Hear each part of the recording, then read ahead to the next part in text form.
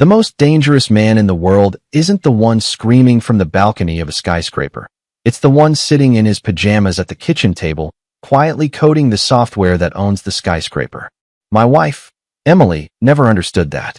To her, success was a tailored suit, a corner office, and a title that sounded impressive at a cocktail party. To me, success was silence. For 5 years, I played the role of the struggling freelancer in our marriage. I let her and her parents, Robert and Martha, treat me like a domestic pet that occasionally brought in a few $100 for fixing a website. But as I sat there listening to them mock my little hobbies over a Sunday brunch, I was staring at a notification on my encrypted phone. The wire transfer for $68 million had just cleared.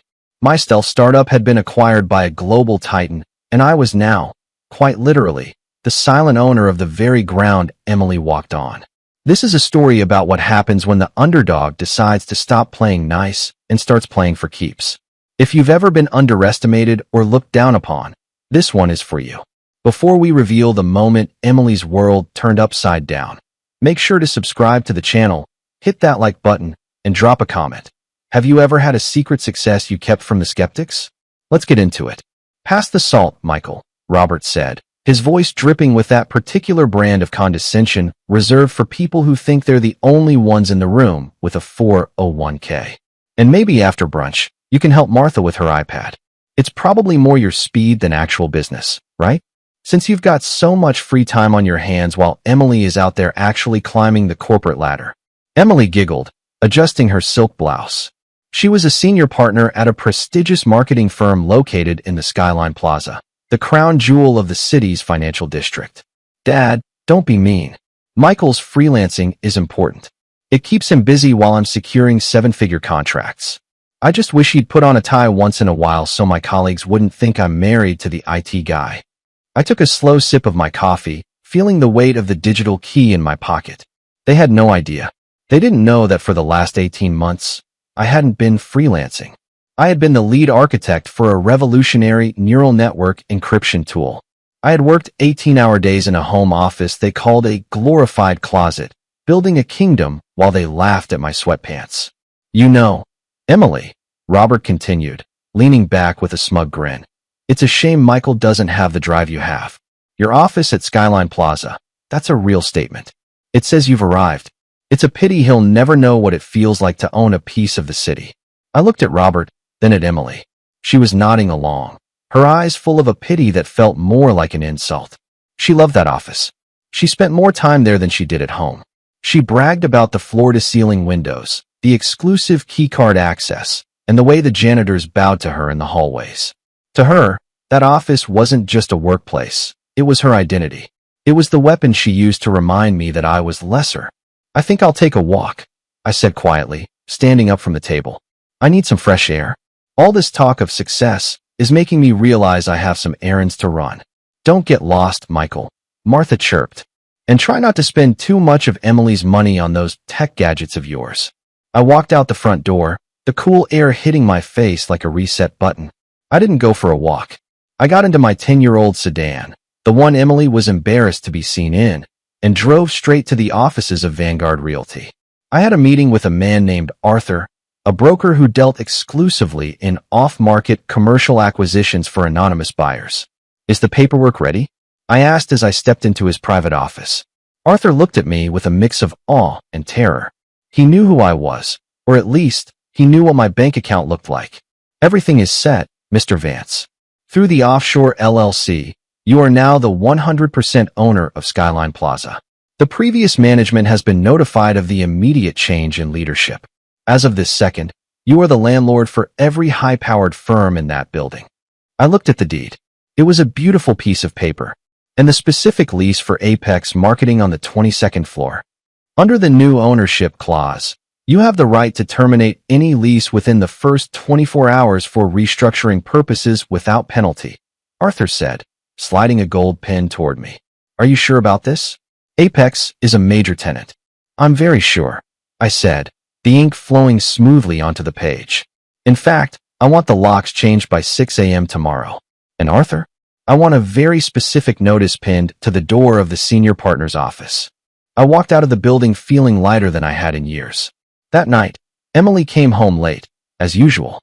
She spent an hour telling me about her big presentation tomorrow and how stressed she was about her office's reputation. She didn't even notice that I was packing a small bag. She didn't notice the smile on my face as I watched her check her keycard in her purse. "Michael, can you make sure my suit is steamed for tomorrow?" she asked, not looking up from her phone. "I have a big meeting with the building's management. They're talking about new ownership, and I need to make sure I'm the first one to greet them. It's about being a leader, something you wouldn't understand." "I'll handle the suit, Emily," I said. "In fact, I'll make sure everything is ready for your big day." Monday morning arrived with the kind of crisp, clear sky that makes a person feel like the world is full of possibilities. For Emily, those possibilities involved a promotion and a new level of dominance at Skyline Plaza. She was up at 5 a.m., buzzing with an aggressive energy, barking orders at me to find her lucky heels while she practiced her power stance in the mirror. I played my role to perfection, acting the part of the slightly bumbling, helpful husband, handing her coffee and nodding as she explained why she was the backbone of the city's marketing world. "Wish me luck, Michael," she said, checking her reflection one last time. "Not that I need it. Success is about preparation and presence. Try not to spend the whole day playing video games. Maybe actually finish one of those freelance projects so we can afford a decent vacation this year." She walked out the door, her heels clicking a sharp, confident rhythm on the driveway. I watched her sleek luxury sedan pull away, then I walked back into my glorified closet office. I didn't open a game. I opened the building management portal for Skyline Plaza. If you're enjoying this tale of a freelance phantom taking over the world, don't forget to subscribe, like this video, and tell us in the comments. Have you ever been treated like a loser just because you didn't wear a suit to work? Your support keeps us telling these stories. I watched the security feed in real time. My new head of security, a man named Henderson whom I'd hired at quadruple his previous salary, messaged me. "Subject has entered the lobby, sir. Initiating protocol A." On the screen, I saw Emily strut into the marble lobby of Skyline Plaza. She looked like she owned the place, or at least, she thought she did. She walked up to the high-security turnstiles, her chin tilted up, and swiped her gold executive keycard. Bleep. The light on the turnstile flashed red. A sharp, grating sound echoed through the lobby. Emily frowned, her brow furrowing. She swiped again, harder this time. Bleep. Red again. She looked at the card like it was a traitor. She turned to the security desk, where Henderson was waiting with a perfectly neutral expression. "There's something wrong with the reader," Emily snapped, her voice carrying across the lobby. "I'm Emily Vance, senior partner at Apex Marketing. My card isn't registering." "One moment, ma'am," Henderson said, typing slowly. He looked up, his face a mask of professional regret. "I'm sorry, Ms. Vance, but your credentials have been flagged. It appears your firm's access to this floor, and this building, has been suspended by the new owner." "The new owner?" Emily's voice went up an octave. "That's impossible. We have a 10-year lease. I have a meeting with the board of directors in 20 minutes. Call whoever is in charge immediately. This is a massive mistake that will cost someone their job." "The owner didn't make a mistake, ma'am," Henderson replied calmly. He was quite specific. He said the space was being repurposed for someone with actual vision. He also mentioned that your personal effects have been boxed and moved to the loading dock.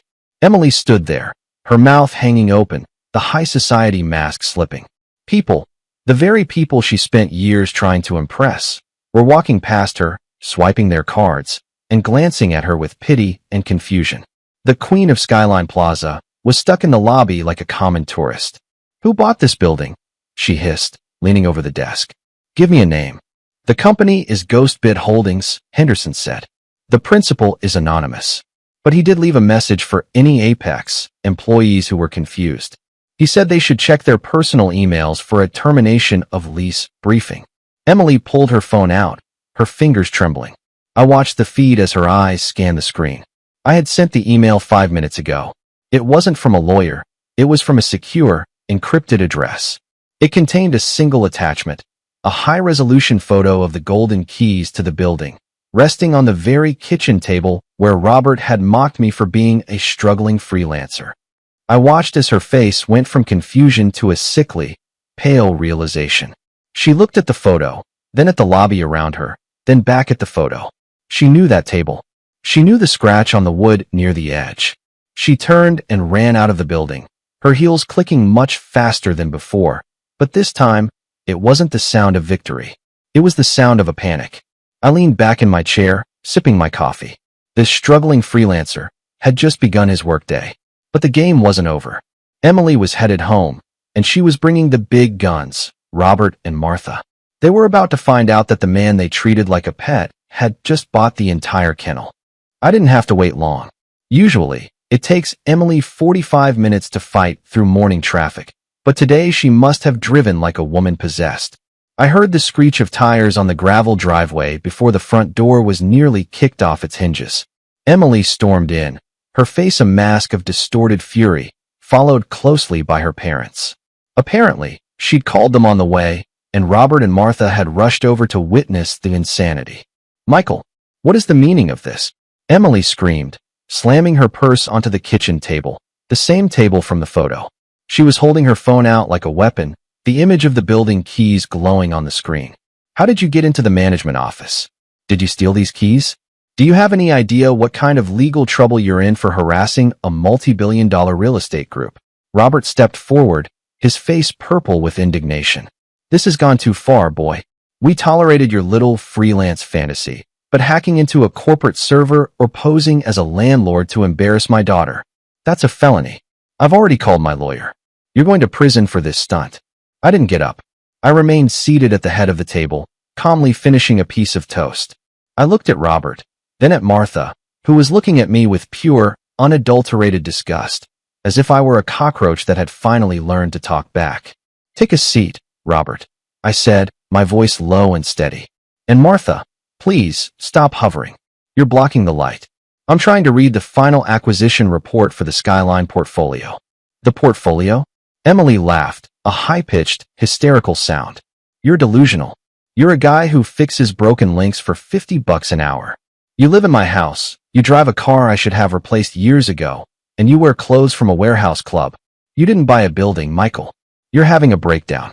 I reached into my pocket and pulled out the physical keys, the heavy, gold-plated master set for Skyline Plaza. I dropped them onto the table. They hit the wood with a solid, undeniable clink. "The freelance project you all love to mock was a high-frequency encryption suite," I said, looking Emily dead in the eye. "I sold it 6 months ago. The first payment alone was enough to buy 10 of your little marketing firms. I've been using the last few months to move my assets into commercial real estate. I didn't just buy your office building, Emily. I bought the entire block." "Liars always have a story," Martha spat. "Robert, call the police. He's clearly stolen these items. Look at him. He's wearing a t-shirt. Millionaires don't look like this." "Actually, Martha," I said, standing up and towering over them, "millionaires can look like whatever they want once they own the deed. And speaking of deeds, Emily, you mentioned this was your house." I pulled a document from the folder on the table. "This is the mortgage satisfaction letter. I paid off the remaining balance on this house 3 weeks ago. But more importantly, this is the transfer of title. Because you were so busy climbing the ladder, you didn't notice when I had you sign the consolidation paperwork for our joint assets last year. This house is 100% in my name now. And as the owner of the Skyline Plaza, I've officially terminated Apex Marketing's lease for cause. The cause being that I don't like the company the senior partner keeps." Emily's eyes darted to the papers. She saw the seal of the city recorder. She saw my signature. The reality started to sink in, hitting her like a physical blow. The arrogance drained out of her, replaced by a cold, hollow fear. You fired me," she whispered. "You ended my career? Everyone in the city is going to know I was kicked out of my own office. My reputation, it's everything." "Your reputation was built on a lie," I said. "You told your parents I was a failure so you could feel like a savior. You used me as a punchline for years. Well, the joke just got an upgrade. You're not a senior partner anymore. You're an unemployed woman standing in a house that doesn't belong to her." Robert tried to bluster, but the fire was gone. He looked at the keys, then at the legal documents, realizing that the IT guy he'd bullied for 5 years was now the most powerful man in his social circle. "Michael, let's be reasonable. We're family. This is just a misunderstanding." "No, Robert," I said, walking toward the door. "A misunderstanding is when you forget the salt. What you did was an intentional, years-long campaign of belittlement. And now, the bill has come due. I turned back to Emily. You have 2 hours to pack your things. Henderson, the man you met in the lobby this morning, is on his way here with a moving crew. He's very efficient. He'll make sure you don't accidentally take anything that belongs to me. The silence that followed my ultimatum was heavier than the words themselves. Emily stood paralyzed, her hands hovering over the table as if touching the keys would burn her. Robert and Martha looked like they had aged a decade in 10 minutes. The predatory glint in their eyes had been replaced by the hollow stare of people who realized they had been mocking a giant. I didn't wait for them to find their voices. I walked to the kitchen window and watched as a large, unmarked black SUV pulled into the driveway. Henderson stepped out, followed by 2 professional-looking men carrying empty crates. Timing is everything in business, Emily, I said, checking my watch. And your time in this house is officially up. This is the final chapter of a struggling freelancer who turned the tables on a world that didn't see him coming. If you've enjoyed this journey of high-stakes justice, make sure to subscribe, hit that like button, and leave a comment below with your favorite moment. Your engagement keeps this channel growing. The moving crew entered the house with surgical precision. They didn't shout or throw things. They simply began clearing the items I had flagged. Emily's designer clothes, her vanity mirrors, the trophies she'd won for marketing excellence. It was a cold, efficient dismantling of the life she thought she had earned. Robert tried to block one of the movers, but Henderson stepped in his path with a mountain-like stillness. "Sir, please step aside," Henderson said, his voice a low rumble. "We are here on behalf of the property owner to facilitate a peaceful exit. This is my daughter's life," Martha wailed, grabbing a crystal vase from the counter. "You can't just throw her out like garbage." "I'm not throwing her out like garbage, Martha," I said, leaning against the doorframe. "I'm simply returning her to the independence she's always boasted about. Since she's so much more ambitious and successful than I am, I'm sure she'll have a new penthouse and a corner office by the end of the week. Right, Emily?" Emily looked at me, and for the first time, I saw the tears. Not the tears of a woman who was sorry for what she'd done, but the tears of someone who had realized the pedestal she stood on was made of sand. "Michael, please, where am I supposed to go? All my money is tied up in the firm's buy-in. I don't have a place lined up. My parents' house it's small. It's funny how the struggling freelancer's house feels so much bigger now that you're leaving it," I replied. I reached into my pocket and pulled out a single business card. I slid it across the table. It wasn't mine. It was the contact for a mid-range extended-stay hotel on the outskirts of the city. "I've prepaid for 1 week. Consider it a parting gift from your favorite IT guy." I walked out to the driveway as they began loading the SUV. I felt a profound sense of lightness. The years of biting my tongue, the holidays spent as the butt of Robert's jokes, the nights Emily spent telling me I was a drag on her career, it was all being hauled away in plastic crates. As the movers finished, Emily walked out of the front door for the last time. She didn't have her power heels on. She was wearing the slippers I'd bought her for Christmas. She looked at the house, then at me, her expression a mix of shame and a dawning, terrible respect. "You really did it," she whispered. "You really owned us all the whole time." "I didn't own you, Emily," I said, opening the car door for her. "I just allowed you to believe your own lies until you choked on them. Have a good life. Try not to underestimate the next guy in a t-shirt." The SUV pulled away, taking the 3 of them out of my life. I walked back into the house and closed the door. It was quiet. It was empty. It was perfect.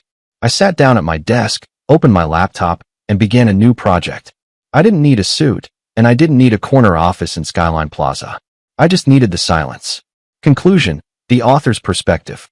There is a specific kind of arrogance that comes with visible status. The idea that if success isn't displayed in marble and silk, it doesn't exist. Emily and her parents fell into the trap of judging a book by its cover, never realizing that the person writing the story was the one they were mocking. Michael's revenge wasn't just about money or real estate. It was about the total reclamation of his dignity. In a world obsessed with looking successful, he chose to be successful, and in doing so, he showed that the quietest person in the room is often the one holding the keys to the entire building. Would you have kept your millions a secret for that long, or would you have snapped much sooner? Let us know in the comments. If you want to see more stories of incredible turnarounds and ultimate justice, subscribe, like this video, and share it with someone who needs a reminder that the underdog always has a bite. Thanks for watching.